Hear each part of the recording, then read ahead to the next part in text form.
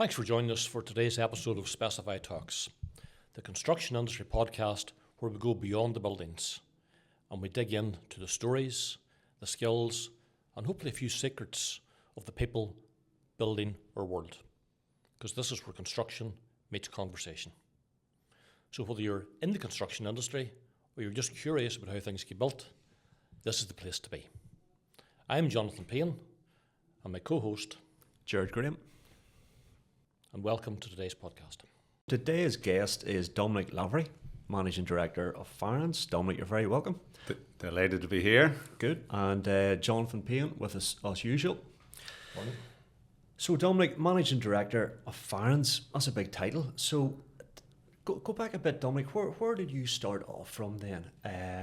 Tell us a little bit about your career to date there. My goodness, you're in for a bit of a bumpy ride with this one. But 60 seconds, Roman. Yeah, I suppose I started off my career as a site engineer, believe it or not, on the construction of CastleCourt back in 1988. And I progressed on from there to become a quantity surveyor. Was Paul Andrews with you there? Paul Andrews was with me in CastleCourt. I actually was speaking to Paul recently. He was a gentleman. Doing some work. He was spoke to him yesterday too. He was the head engineer on the project, but learned a lot from Paul and Sean Loy, who was my immediate boss on CastleCourt. I moved from site engineering over to quantity surveying in the early 90s, and it was my first job as a quantity surveyor was with Graham Construction. Mm-hmm.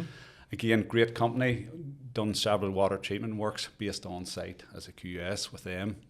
And then around 1996 I joined Myvan on the construction of the Hilton Hotel site in Belfast. Again, really prestigious project at the time, and that propelled me and helped me get my chartership, my RICS.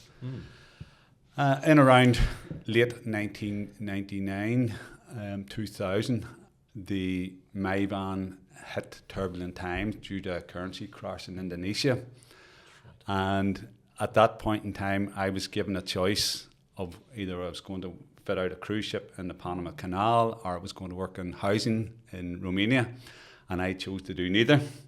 I had just come off a 3-month stint in Germany on the QE2 fit out, and my firstborn was only several months old, and I had missed those 3 months. And when I arrived home after being away, she didn't know me, so I said, right, this is difficult enough. I can't do this.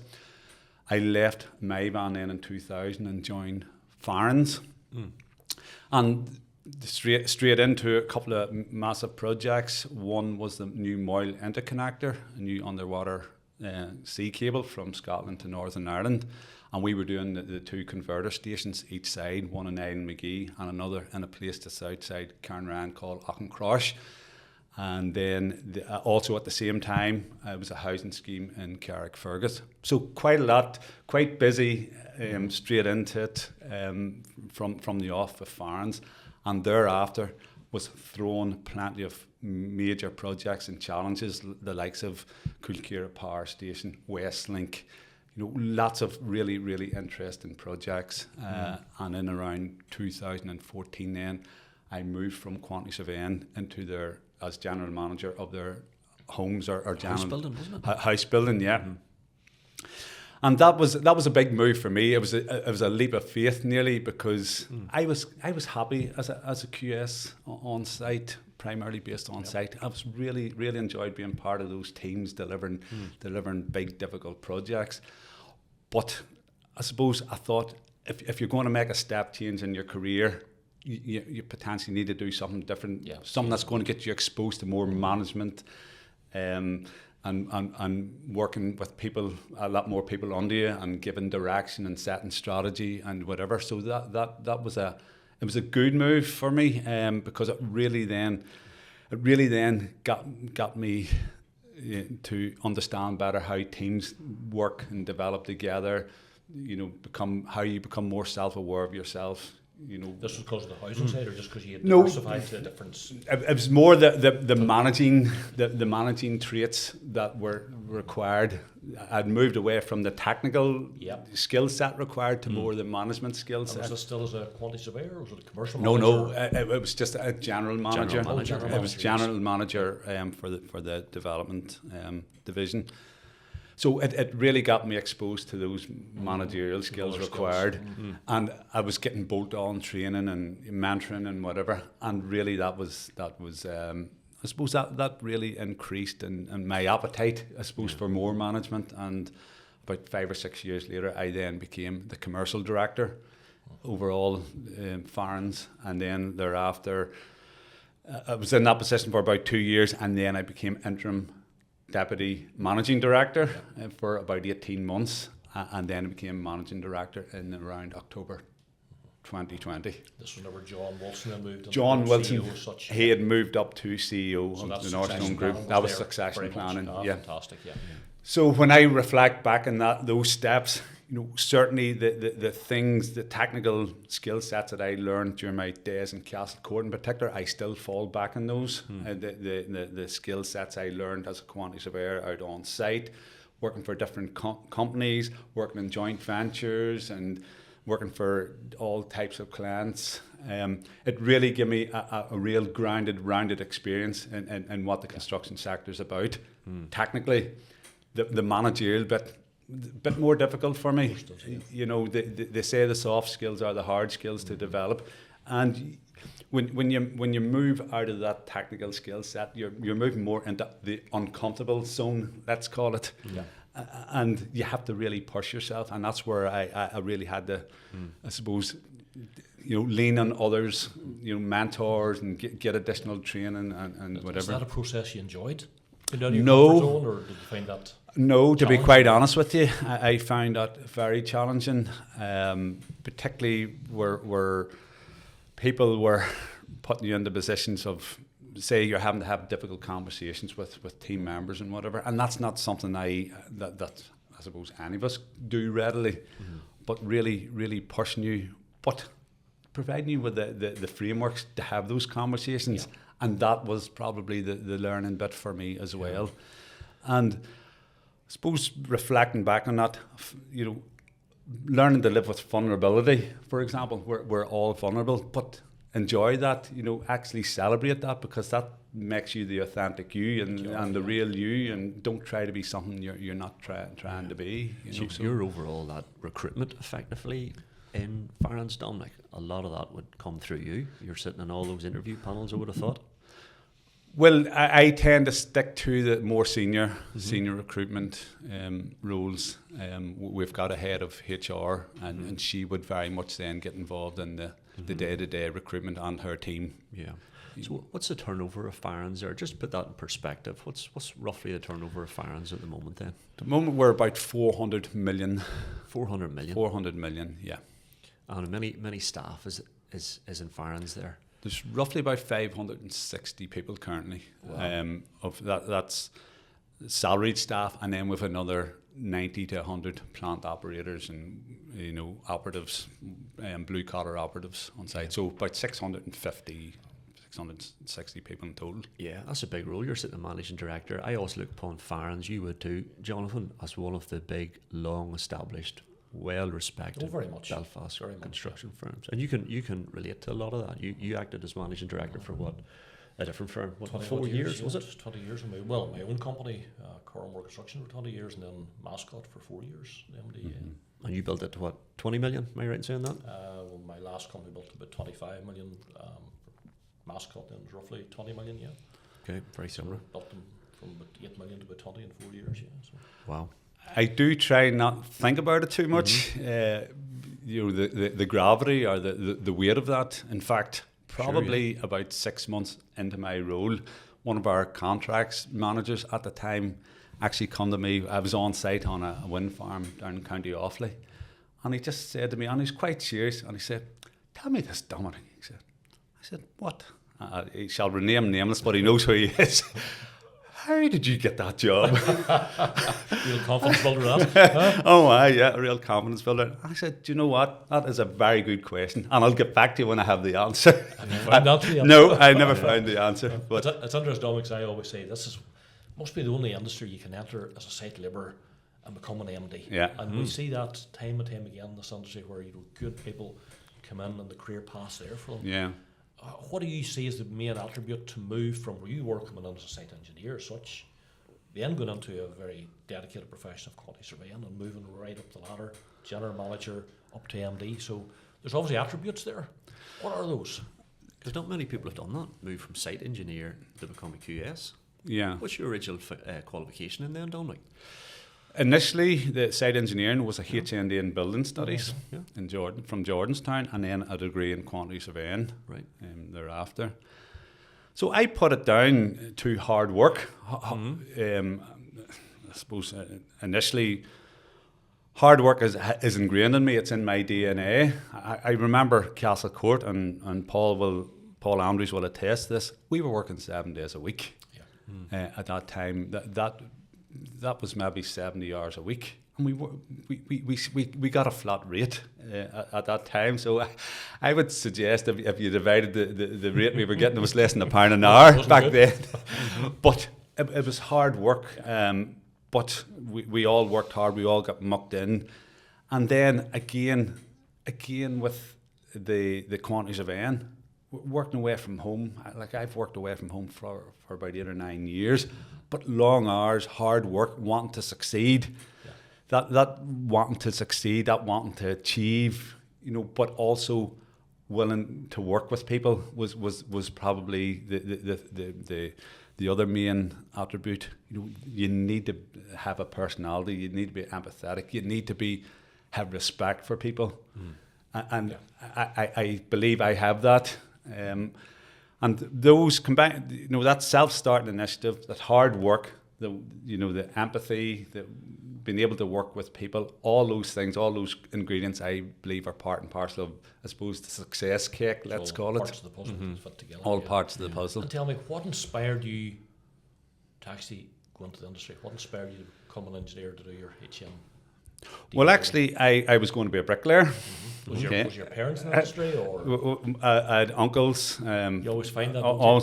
Uncles and cousins, all in the industry. So uncles were bricklayers, electricians, joiners, and whatever. And I had spent quite a while on sites during summers, and in fact, when I think it was about 12 or 13 years of age, I remember actually taking nearly 3 months off school. My father had been left his parents' home, and it needed a lot of renovation work. But my father had no money to pay people to do it, so I said, well, I'll go and start chipping plaster off walls, and I'll start pulling down walls and taking off roofs and things like that. And lo and behold, it was nearly three months off school back then. But I really, really enjoyed the work. But that teaches you great skills as a QS. I'm a QS myself. Yeah. And I worked all my summers in building sites at universities and building sites. Yeah. And it taught you the principles of construction. So whenever you were actually doing your QS, you were able to build the job in your head. That's and it was skills you didn't learn at university. That's exactly that, right. That to me really give you the ground.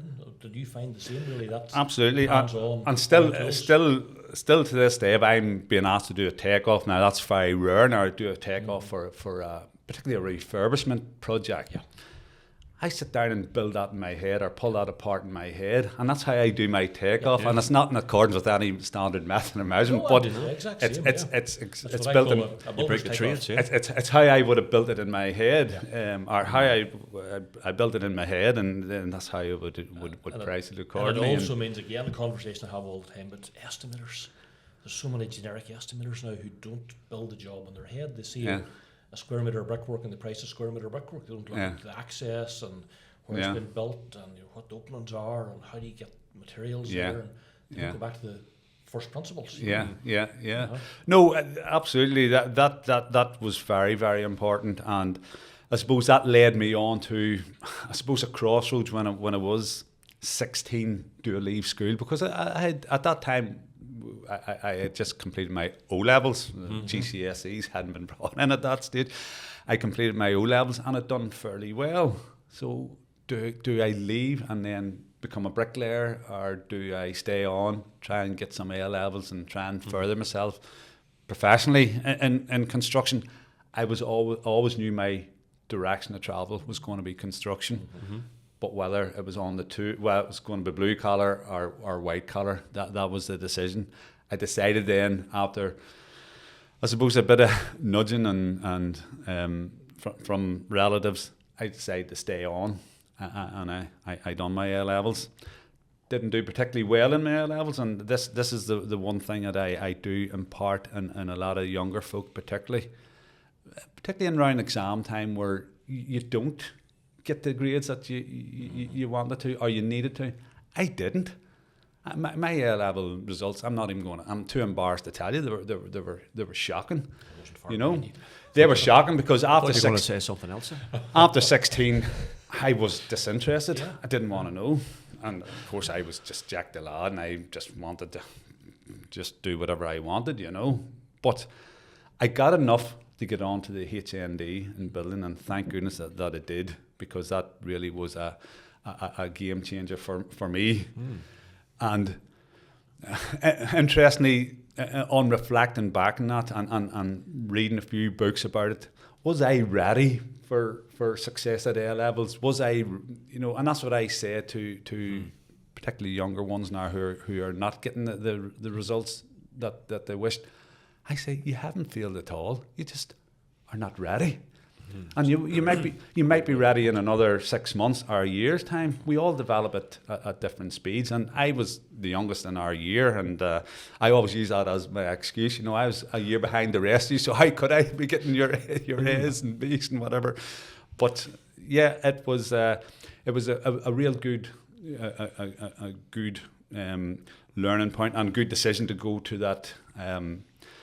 To go to Jordanstown to do the HND, and I always remember the conversation with a lecturer called Adrian Murray, who actually called me out before he would make me an offer. He called me out, and I had to go and really justify myself to him. Why do you want to do this course? And I must have persuaded him enough that he made me an offer then, and I didn't look back from that.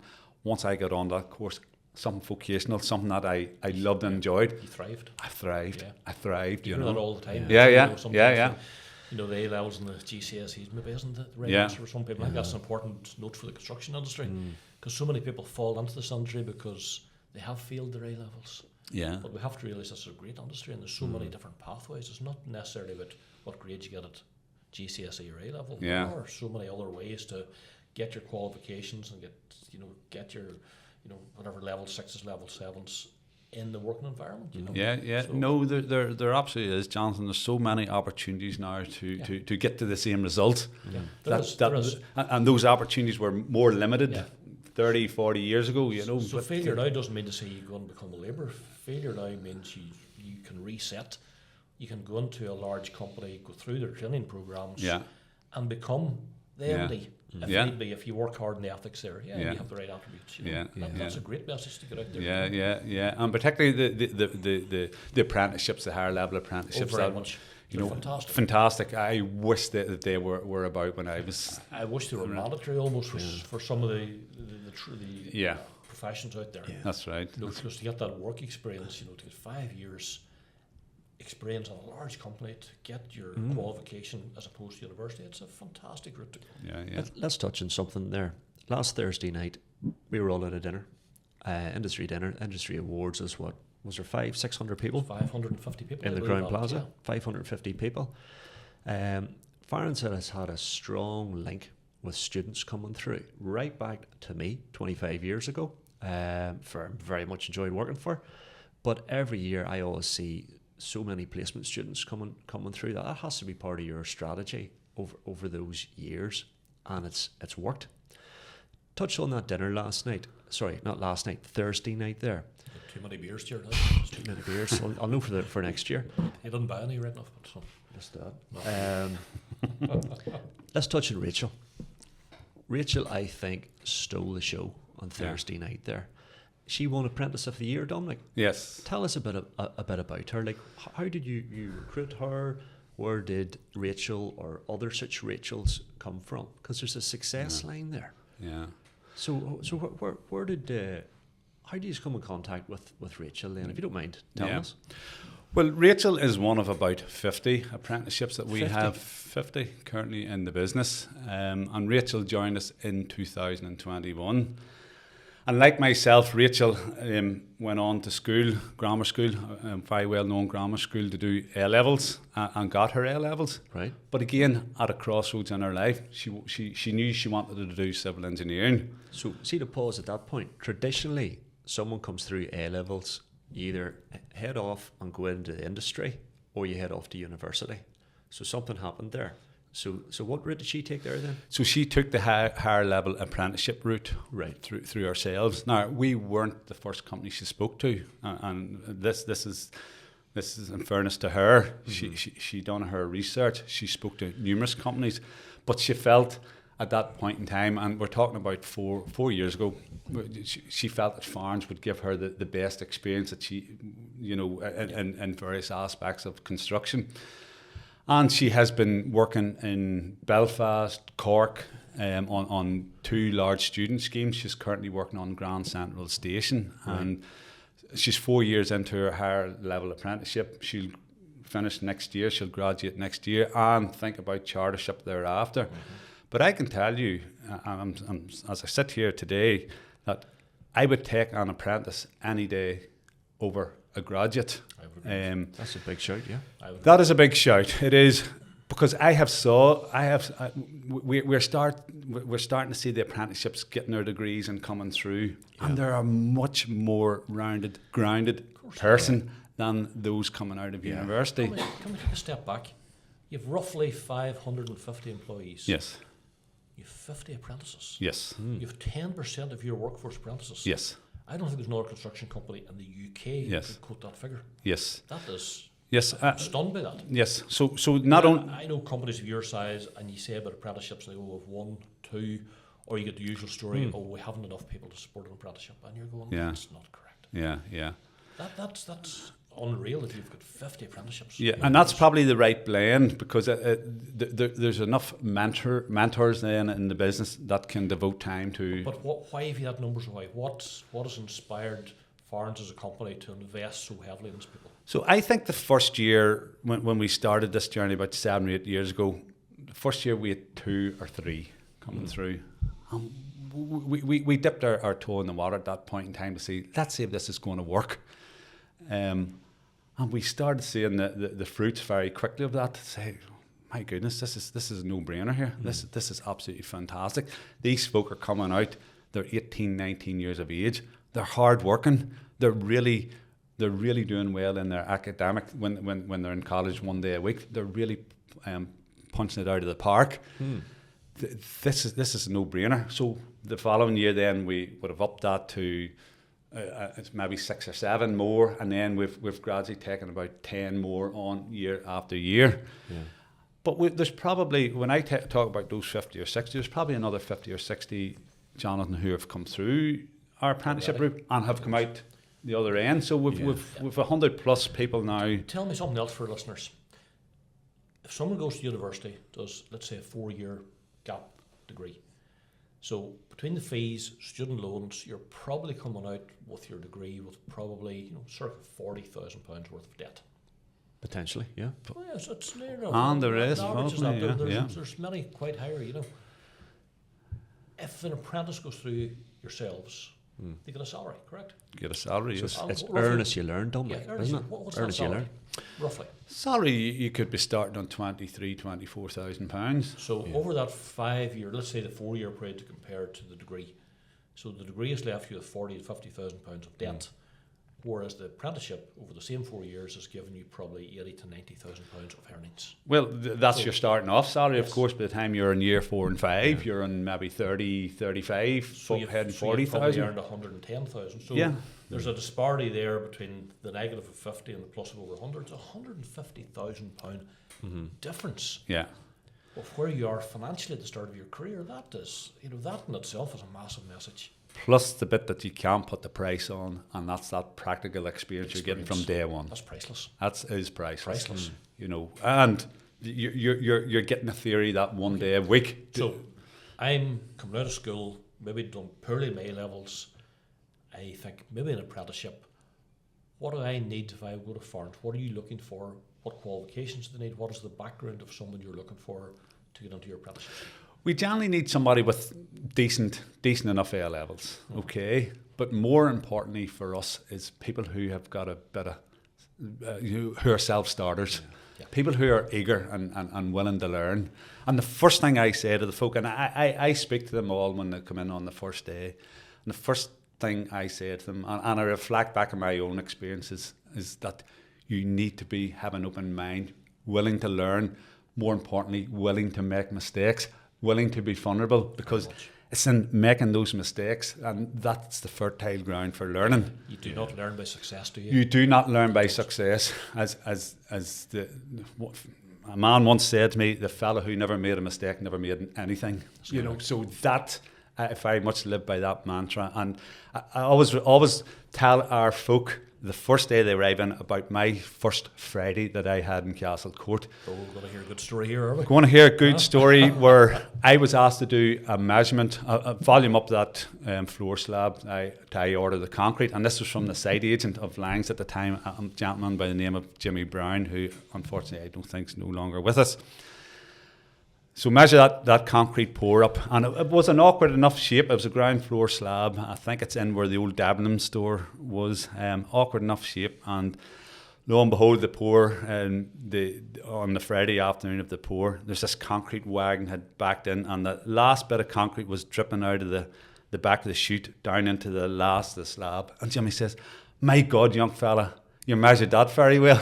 I says, "Jimmy, I'm sorry, there's another 2 load coming." and what he didn't call me that day. So I made sure that if Jimmy asked me to measure concrete again, I measured it 2 or 3 times and went over it and went over it and went over it, because I said, I'm not going to make that mistake again. So it's about not dwelling too long on the mistake, but what are you going to do differently going forward? Did you not tell Jimmy you obviously haven't dug a slab deep enough, and that's why it was 2 extra load? It wasn't your fault. We're going to tell you, Jonathan, you didn't tell Jimmy anything. Okay, you just said, okay, Mr. Brown. Very good. No, but it's so right. You do learn from your mistakes. Yeah, absolutely do. That's really how you get the ground in this industry. And this industry is about problem solving. It's about problem solving. And the other important thing is that there's not one of us owns the problem. It's all of our problems. So we all have to work as a team to solve the problem. And that's really important too, because very often I see people going home and they're carrying problems on their shoulders, and it's affecting their stress levels, not able to sleep and whatever. Leave those problems, share those problems, we'll all work it out together. I mean, we've seen that in the Grand Central Station with the Farrans here JV. Yes. Open offices, everybody works together, there's no such thing as silos, sharing of information, great collaboration, and that's a scheme that that shows, and the culture was built there was fantastic. Yeah, right from even before they went to site, I remember being involved in some of the collaboration workshops, and we brought an external facilitator in, and she really put the folk through their paces. And when the job started on site, it just wasn't parked in on day one. When we started on site, that drumbeat was kept going through the course of the business. And she came in and held her feet to the fire and asked difficult questions and forced people to not forced to collaborate, but made sure that the conversations were happening that encouraged that collaboration. And let's go back to last week. He's won Project of the Year. A fantastic. And I was in the judging panel for that, and I can assure you, whenever we've seen the application and we've all been there and we've seen the site, it was a very worthy winner. There's no doubt. It's not just a project. It was about the people, wasn't it? It's a project that deserves everything it's given. The team were fantastic. Drain and David Bolton from Farrans absolutely led two fantastic gentlemen, led a great team, great relationships with the client.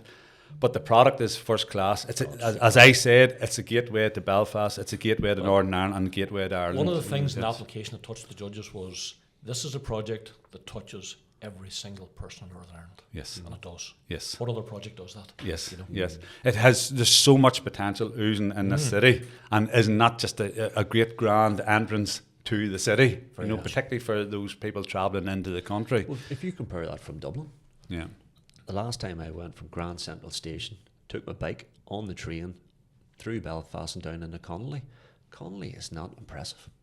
You know, for a gateway into Dublin. Yeah. You compare Belfast, it is a wow factor coming in here now. Yeah. So here, credit to everybody involved. Absolutely. No, it sets the scene for the rest of the city. Yeah, It's a great city. And you also went as far as actually, is that the lady who did personality profiles for the people on that project? Yes. Dwayne explained that to us. Yes. So, you know, you can kind of work out, you're in a quadrant, you're a people person, you're very much a leadership driven type of person, you're more a planner, and you can work out which quadrant you sit. Yeah. So you can work out if you conflict with people. Yes. So if you're not clicking with them, it's not you don't get on, you've just a slightly different mindset. Yes. And I understand that's what went on in that project. So from the outset, everybody understands who works well with each other. I've never heard that done in any project here locally. Yeah, so we would do that quite regular now with all of our folk, and particularly with teams when we're forming teams and teams on site, and it's insights profiles. Yeah. So your colour profiles, and you've your blue, red, green, and yellow. So if you're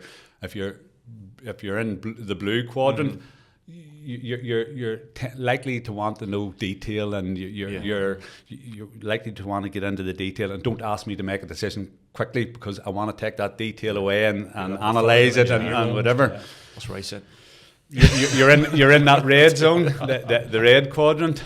You don't give me faff. Just give me the Probably, you know what, you need two different people. just give me and Because if you're both the exact same, something Yeah, actually yeah. doesn't work. is that why we're such brilliant Yeah. hosts here, Gerard? Is that mixed, you know? That's what I'm getting to. and your green quadrant, you're a people pleaser, and then your yellow quadrant, that's your creative type. Yeah. So you can see. Where do you sit? Well, I was believe it or not, I was green blue, with a wee tint of red at times. And what's that translate into the colours, remind us? So green, people pleasing; blue, analytical. So that's probably the QES coming in me. Yeah. Green, I am empathetic. You know, I am a team player. So you can be a mixture of colours. You can be a mixture of colours. Yeah. It's just knowing what your dominant colour is. Domination is Yeah. very much. So if I'm, for example, if I'm high yellow, if I'm all yellow, arty and creative, and I'm going in to talk to somebody who's high red, just wants to demand the answers, just wants to know straight away, you can see straight away there's going to be a potential conflict here. So if I'm high yellow going in to speak to somebody who is high red, I can then redefine my conversation accordingly to say, right, Very good. I can't go in and start talking all airy-fairy to this. It's the same message, this just person. delivered differently. Correct. Yes. You know, I need to get to the point quicker. Very good. You know, so and once you understand that, and there's no right or wrong in it. There's, if you're high yellow, there's nothing wrong with that. Yeah. If you're high red, again, nothing wrong with that. But it's understanding those particular profiles, and then how the team dynamics work. And what's important is you wouldn't want a team of 10 people all in the yellow quadrant. Yes. Because you'd get nothing done, because you're all creating lovely things that ain't ever going to be built. Here's a question. Do you do that with your board so you understand the profile of your directors? Yes, we did. We did, and we do, and we currently are going to redo it in the next few weeks. Because your profiles change through time as well. Different people come onto the board. There's potentially different dynamics, so it's important to redo that. Now, in fairness, I've had it done probably about 5 times in the last 8 years, and it's been a fairly consistent colour profile. But so it'll be interesting now in the next few weeks to see, does that change? Has something Change else it to- blend into has the something colour else such? blended Yeah. into that? Have I become more red? Have it more green?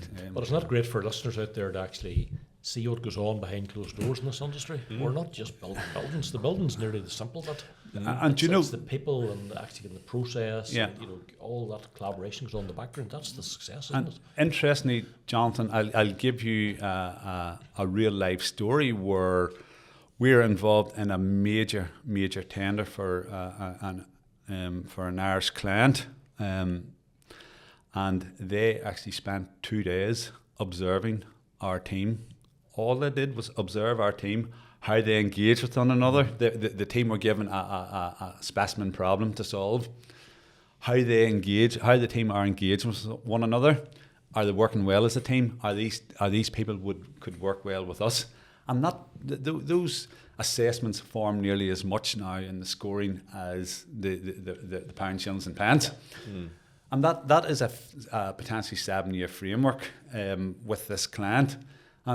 But they want to make sure they're getting the right players onto the field. The team's right. Yeah. Exactly the same for another massive client in Scotland. We went through the same process 3 months ago, where they brought not only just the team, but a diagonal slice through the business of people, and because they wanted to hear real life stories, the real heartbeat of the business. So the business said in their pre-qual that they did X, Y, and Z. Do they really? Yes. You know, so they wanted to get below the bonnet and really get into the weeds of, does the company say what it says? Can you walk? Does it do what it says it does? You know, Very good. And they spent days doing that. So they took a diagonal slice through the business. They took they took the senior leadership team, and then one of our board directors then was interviewed on a 1-to-1 last week as well. So it's all very important. That's fantastic. So really the price isn't the driver there, and that's great to see, because so often it's a race to the bottom.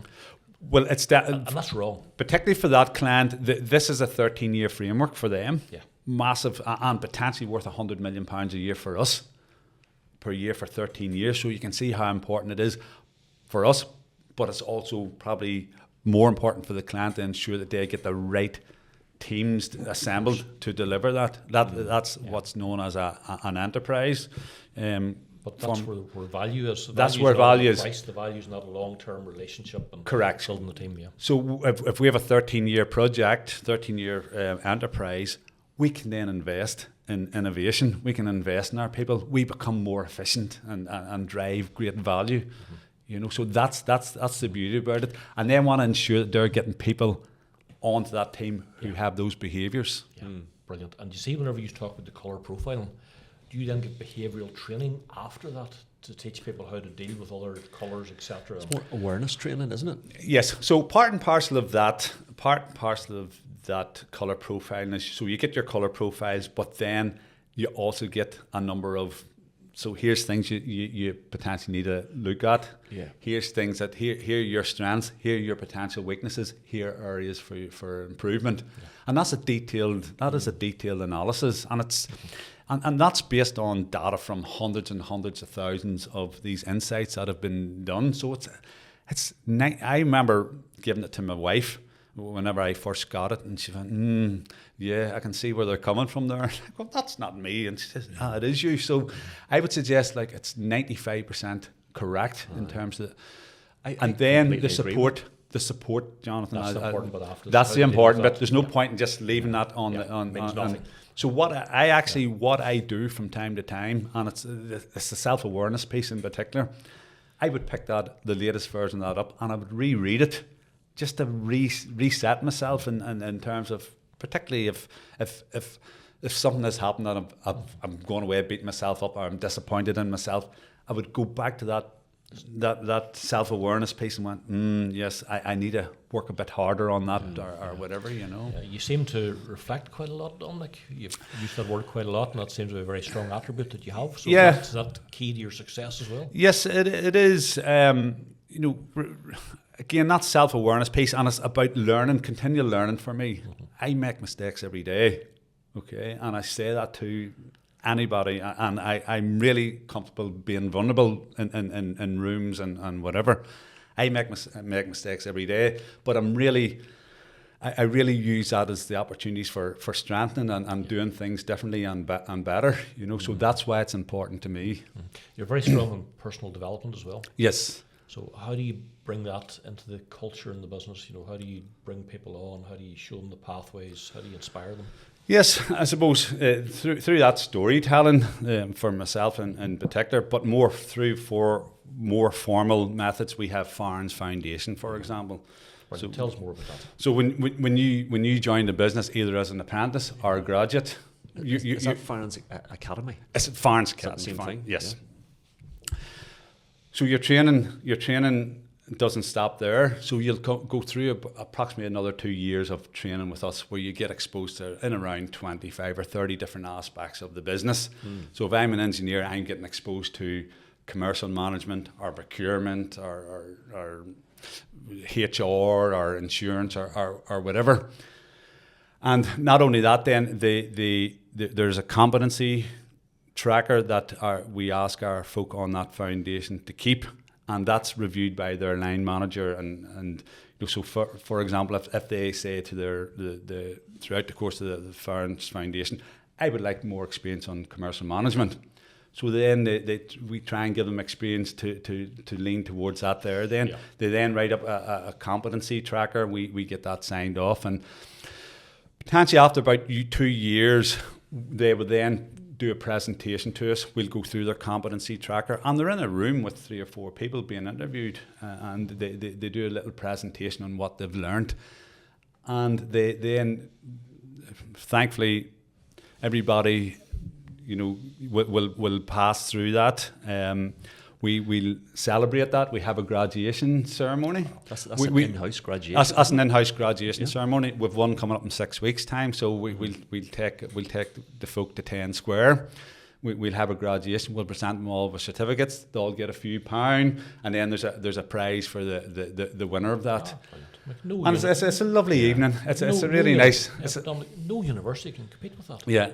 It's a celebration of. But never mind the celebration, to give people that strength of foundation of their careers, to give them that diversity and that skill set. That's really what they're doing. It's an in-house. It's an in-house university, isn't it? Yes. Yeah. It's beyond that. Yeah. No university could actually give you that career And start. a sense of identity, experience. And it's being delivered by subject matter experts. So I, for example, in the past have delivered commercial management modules. Yeah. So, and that goes back to simple things like, what is a profit?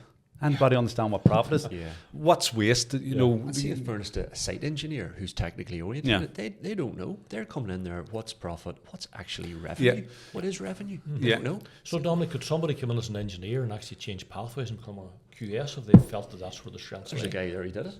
Yeah, but that academy will allow you to Well, actually, we have make those directional changes. We have engineers in the business who have decided, who have come over to the bright side and said, you know what, I want to be a quantity surveyor. I really enjoy that, and they have. That's out of maybe 6 months in each of the department, and then they've realised I actually sit better in the commercial team here. Yeah. And they've done their personality. Take a step back. If that was at university, you imagine you went to university as an engineer and you decided after the first year you wanted to be a QS. You have no choice. You have to drop out and start again. Yeah. Yeah, And there's the build flaw yourself in it. another £10,000 of debt, and off you go again with a different pathway. So that's beyond what any Yeah. university could even think of offering. And we have produced career pathways, career toolkits, as we call them, for all the different, I suppose, disciplines in the business. So you've one for commercial, you've one for engineering, you've one for procurement and programming and all those good things. And that shows how you can progress through your career in your chosen discipline. And that's not only technical skill sets, but behavioural skill sets. But it also then demonstrates how you can actually move disciplines as well. So, for example, our current commercial director is a chartered civil engineer. Okay, our current procurement director in civils is a chartered civil engineer. So Fantastic, yeah. we don't brand people from the day and hour they come in to the business, and that's them stuck there for them to remain. So tell me, it's back to that self-starter. If you have the initiative, if you have the want, if you have the drive, you can do whatever you want in the business. There's going to be a pathway for There's you. going to be a pathway for you. Yeah. Are Gerard and I too old to join, are we?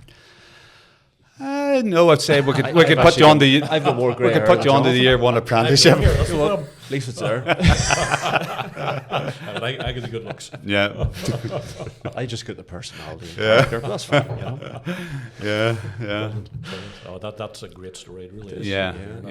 Mark Beacom told me a little bit about that. Was helping Mark with something and explained it to me, and I thought, wow, it's just exactly as you explained there. That's actually an in-house, and he explained to me they go round roughly every 6 months. Yeah. And then I was actually flicking through LinkedIn, I think it was last night, and I'd seen an ad on the Farrans post for the next cohort. Yeah.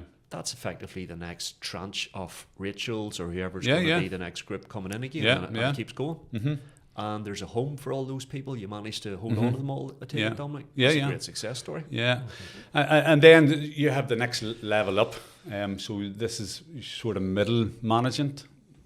and we have what's known as the Emerging Leaders Programme, but that starts focusing more on the behavioural aspects, and you're now becoming a manager, moving out of that technical skill set, learning those softer skills again, leaning more on those softer skills, and those again, those are people who are picked out who have potential to move on. Isn't it great? We've been sitting here talking, and we haven't actually talked about construction projects. We're actually talking about the people and what's behind it, and it's, that's really what we're trying to do here. We peel layers off and get behind the buildings. I know we keep talking about people being our asses, but that is genuine in our business. We have a lot of diggers and cranes, surely. Yeah. But if we didn't have our people, we'd have nothing. Yeah. We've absolutely nothing. So that's why our people are so important.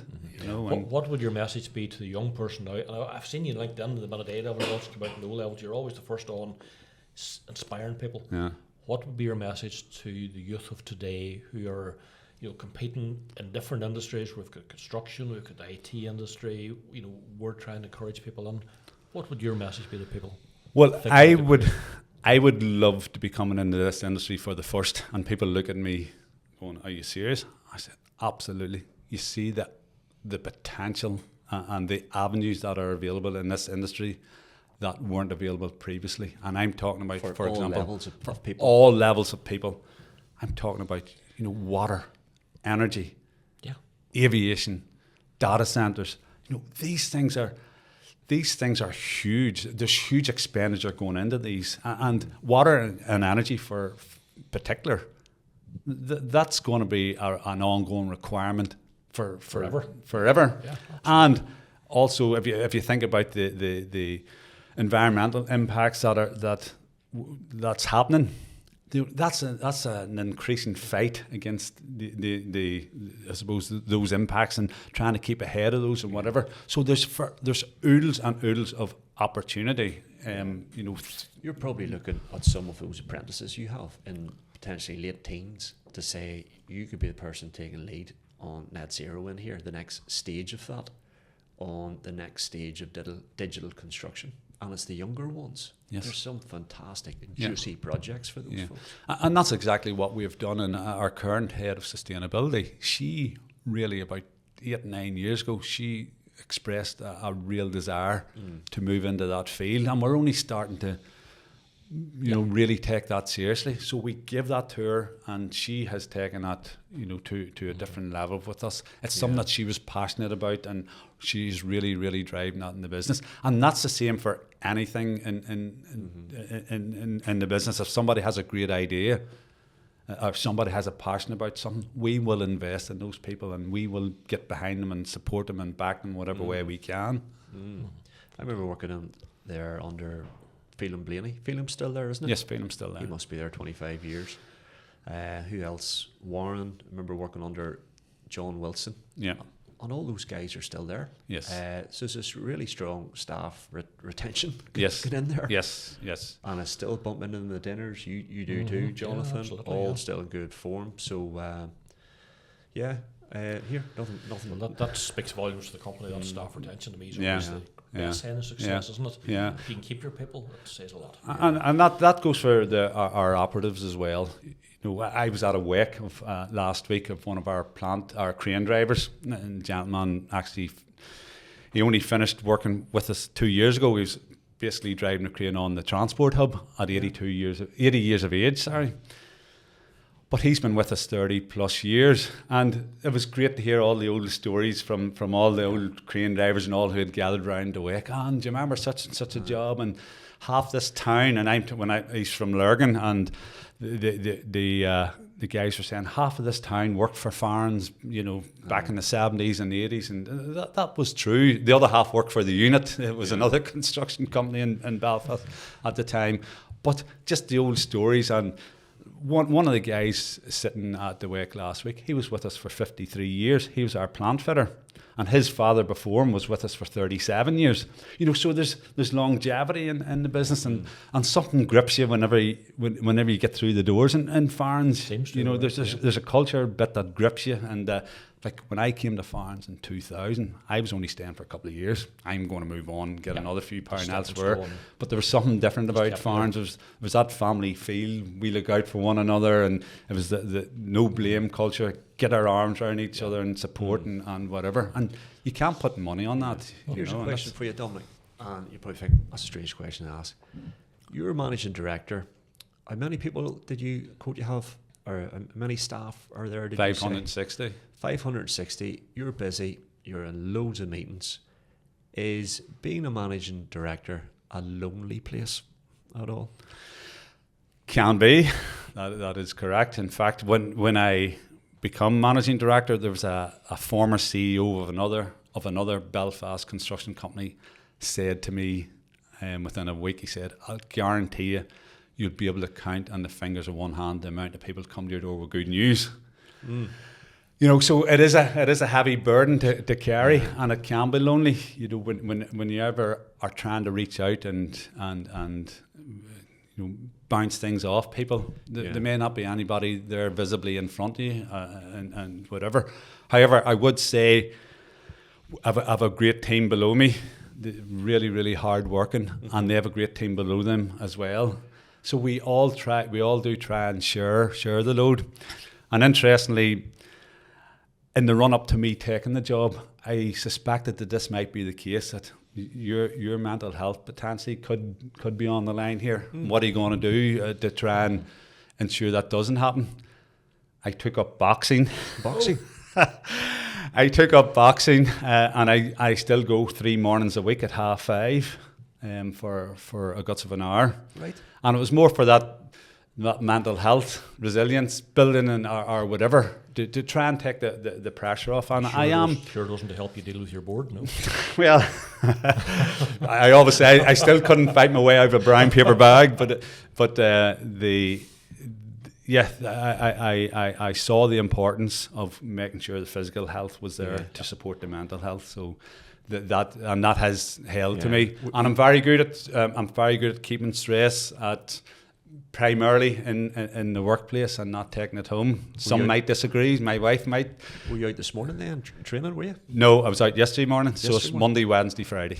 And you're starting from scratch in a boxing club. Yes. And you're running through with a trainer or other guys there. Yeah. And that's fantastic. Yeah, so we're on the pads. We're on the punch bag, and from time to time you might spar, and then there's a lot of HIIT training, weight training, and the like. But it's good discipline, and you're nearly looking forward to getting up at 5 o'clock to go to your boxing, and that might be bizarre to say. I see the guy who's in training you. Yeah. I guarantee he wouldn't know your career or your job title, and you'll want to keep it that way. Correct. Yeah, and neither does anybody else in the club as well. They just see there's a guy there coming in before work and could be doing anything. Yeah, and that's a great release for you. Yeah. No, it's brilliant. But so between it and I like to do plenty of mountain climbing and hill walking and the like. You know. So do you get your weekends off? I do, primarily. From time to time, if there's reports or if there's budgets that have to be done, I will tend to work over the weekend to do that. But I set aside my time, and I try and work that around bad weather. For example, I love getting outside, particularly at home, and doing wee projects and cutting the grass, simple things like cutting the grass. And people say, "Why do you enjoy cutting the grass?" I say, "Because that's my thinking time." Yeah, that's therapeutic. Therapeutic. My best strategies are devised when I'm cutting grass, you know. And Dominic time, about a Dominic time, and it takes me an hour and a half to cut the grass, and I do enjoy that. And tell me now, we have to bring it up if you don't mind. You're undergoing a takeover by Sisk. That's right. Do you want to tell us a bit more about that? Do you mind talking about it? Yeah, well, I can't say too much, obviously, because it's still going through regulatory approval, and hopefully that'll be resolved in the next few weeks. But yeah, CRH have owned Farrans from 1978, and they've been a great parent, to be quite honest with you. It's now their time to concentrate on their core business of being a leading materials supplier, and that's where their focus. So contracting, it's not something that they want to further with.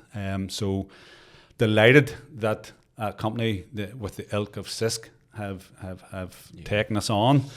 Sisk have been in business. The They're biggest Irish construction firm, number one, isn't it? Yeah, I 4 billion a year turnover, I believe. Throughout Europe and I UK. think it's in around 3, but they're a big company in business. great 5 company. generations, 165 years or so. And they must have great values aligned to yourselves. They are very much a people person company as well, aren't they? Yeah, well, I suppose in my engagements with them, that's the one thing that has really struck me about them. They are really people focused, and so our cultures are strongly aligned straight away, and that gives me real optimism for the future. That a company like Sisk are going to come in, invest in us, support our people, support all our training and all those programs that we have. The next step in the journey, hopefully, it's going to be massively positive for. Yes, definitely. This is a positive, and I see huge benefits for the business and driving us on to the next level as well. They've done a lot of focus on professional development with Very their much. staff, as you and I both know. Yeah, so very much. from what Dominic was saying, it looks like an obvious marriage. I've led quite a few of their directors through the fellowship program for the CAB, and I've been blown away sometimes by what you hear about how they deal with their people, the systems, the processes they have, how they share their knowledge, encourage the youth, and they're a fantastic company. Yeah, no, they're really expanding. And it seems to be a lot of synergies there. There seems to be a lot of there's a lot of synergies, shared values there, which is great. but also so why is Farrans attractive? We work in sectors, quite a lot of sectors that they don't currently. So water and energy, aviation, for example. So we're very prolific in those sectors, and so there's a perfect marriage there, for them to spread their wings, I suppose, out into greater sector coverage. So, am I right in saying that they're not going to absorb the group? You're going to stand very much as a standalone identity. Yes, so it's Farrans the brand. They respect the brand. They know the brand is well known throughout the islands, and the culture, the brand and people work for Farrans. They know that the strength and the bond that there is, so they respect that, and so they certainly for at least the next, I'd say, medium term, it's going to be that way, and God knows what 10 years time would look like, but that's exciting times. It's exciting times. Exciting times for yourself as well. Exciting times for myself, yes, absolutely. I have to go down to speak to them on Thursday again to talk about 2026 and the plans for the business, and that's what gets the juices flowing in me. That's what excites me and gets me up and going and drives me, and where are we going to bring the business next, and leveraging their support, I suppose, and will really drive us. That's brilliant. Yeah. What mountains are you walking? The last mountains that I walked were the accursed mountains, believe it or not, in the Balkans. Right. I was in Montenegro, Kosovo and Albania about 6-7 weeks ago with my son. So we spent 8 days up in the mountains, and absolutely fantastic with a group of 12 others from all around the world. Right. Absolutely wonderful experience, and that was on the back of I done the Tour de Mont Blanc last year, and that was through France, Italy and Switzerland. Again, another 10 days, and that was alongside a former CEO of Northstone, Eamon Sweeney. Right. You may know Eamon. So him and I had spent 10 days in the Alps last year. Really, really wonderful experiences, and I've hiked all over the UK and Ireland, and I've hopefully picked off most of the main peaks. Right. So doing it about 35 years or so, and again, it's me time. Once I get up 300 feet, I always say you're into a different environment, and you have a lot of thinking. You're not thinking about bricks and blocks. You're not thinking about bricks and blocks, Jonathan. You have a lot of thinking time. So that's serious walking. That's not the answer I was expecting. I thought you were going to say I was doing Sleeve Donard on Saturday, and then we'll call it Dundrum for fish and chips the way back. You see, Gerard, You're you're just just not Yeah. Sounds like it. a long way to go. Yeah. What mountains are you doing recently? Well, I'm over the Glen last See, week. careful. Yeah. Careful what questions you pose. Yeah. Tell me, Dom, I guess we're coming to a close here.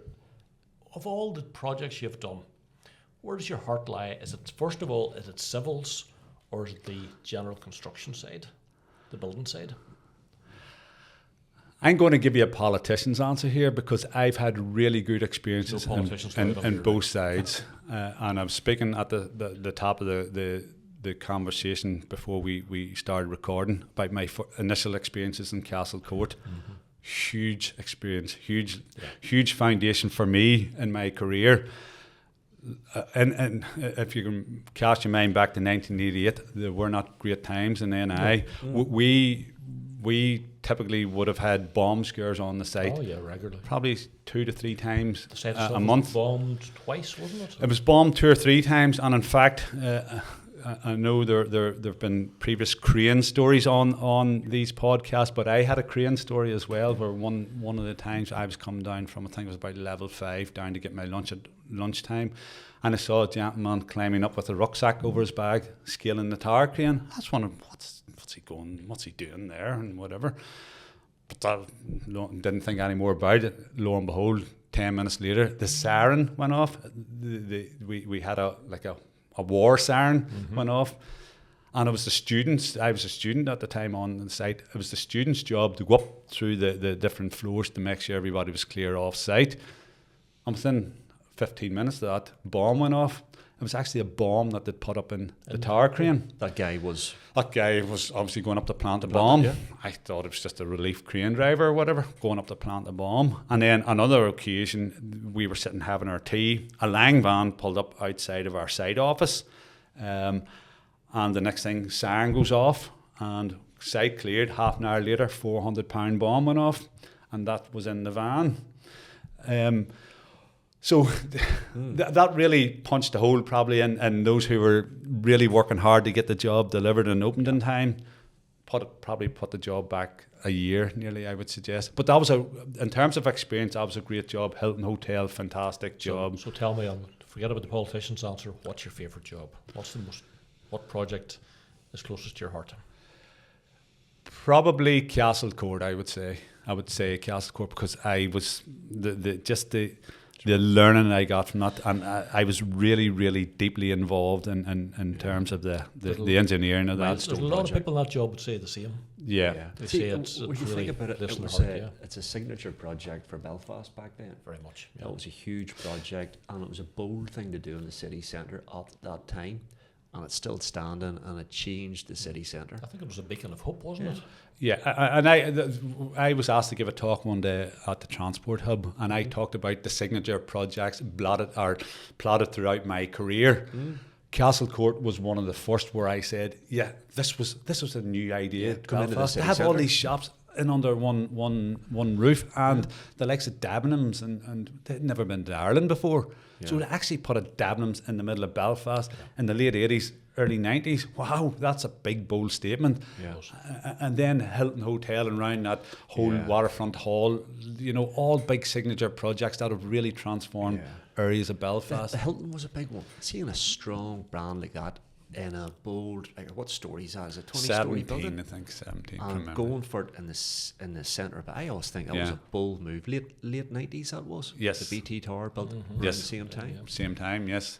So you're involved in a good Fantastic few projects. regeneration, and I have to say, the if you're asking me to talk about a particular civil engineering project, it would be the Westlink, and I was the QS based at the Broadway section, and I think it's August the 15th, 2008, maybe I think it was, will be ever enshrined in my memory, because that's the day the Broadway underpass flooded. But out with that was a hugely significant civil engineering achievement, because we actually had to divert a river.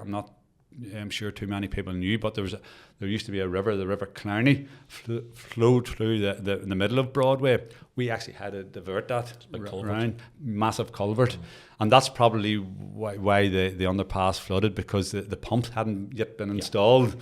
It was the summertime, and we were under pressure to get the underpass open, and lo and behold, there was a heavy rain event, and it overtopped the river and down into the underpass. When you went to all that trouble, you just took another couple of lanes on it. Well, interestingly, yes, it's like all of these things, Jonathan. You think at the time that's going to cure the problems, and then when in retrospect, another lane at least. The world keeps developing. The world keeps developing. Yeah. Listen, Dominic, it's been a fantastic hour. Thank you very much. Just to close, you've had a great career. You've been some landmark buildings. Great people development as much as anything. What do you want to be remembered for? That is a very good question, and probably the most difficult question you've asked me today. I really don't want to be remembered for anything but that he done his best. He was involved in some hugely significant projects in Belfast, and he was a people person, and he drove the business to the next level. When he retired, this is me telling this is my retired self telling me, well done. You've really transformed the business. You're making good profits. You've got a good order book. Everybody's really doing well. You've developed people. You've got an apprentice now sitting as your deputy MD. Wow. Right. Yeah, that would be a success story for me. For a difficult question, that was a great answer. Yeah. Dominic, again, thank you very much. Yeah. Thank you, everybody. Great meeting you, Dominic. Thanks. Today's guest was Dominic Lavery, Managing Director of Farrans. The podcast will be available on Spotify. Also check out the socials, LinkedIn, Instagram and TikTok. That was Specify Talks. Lastly, many thanks to Tuan Solicitors here in Belfast for hosting us.